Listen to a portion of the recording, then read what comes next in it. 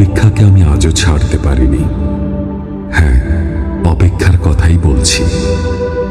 ভালোবাসার রক্তিম ধারালো স্নিগ্ধ ছোঁয়ায় এই হৃদয় থেকে এক এক করে ছেড়ে গেছে সব লোভ, হিংসা, ক্রোধ, অহংকার, স্বার্থপরতা, সবকিছু। কিন্তু অপেক্ষা আমাকে আজও ছেড়ে যেতে পারেনি। আমি ভালোবাসার জন্য সব কিছু ছেড়েছি, শুধু অপেক্ষা ছাড়া। অপেক্ষাকে আমি আজও হৃদয়ের গহীনতম অংশে অবরুদ্ধ করে বেঁচে আছি। অনেকেই বলে অপেক্ষা হচ্ছে শুদ্ধতম ভালোবাসার প্রকাশ। ভালোবাসতে সবাই পারে, কিন্তু সবাই প্রিয়তমার জন্য অপেক্ষা করতে পারে না। আসলেই কি তাই?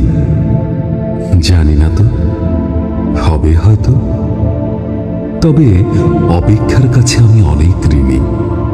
প্রিয়তমার জন্য অপেক্ষা আমাকে পাখির মতো সহজ হতে শিখিয়েছে, শিশুর মতো অনাবিল হতে শিখিয়েছে, আকাশের মতো বিশাল হতে শিখিয়েছে, ফুলের মতো স্নিগ্ধ সুন্দর হতে শিখিয়েছে।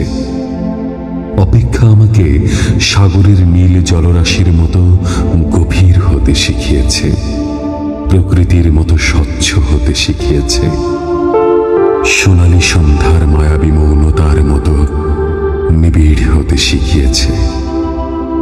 শেষ পর্যন্ত অপেক্ষা আমাকে কবিতার মায়াবী অনিন্দ ভুবনের কাছে নিয়ে গেছে। হৃদয়ের মধ্যে প্রতি মুহূর্তে অপেক্ষাকে পুষে রাখা কি কঠিন, অথচ আমি সেই কাজটিই করে যাচ্ছি প্রতি মুহূর্তে, কি নিদারুণ আনন্দের সাথে। আহ, অপেক্ষা, তুমি কত বেদনার্দ্র সুন্দর।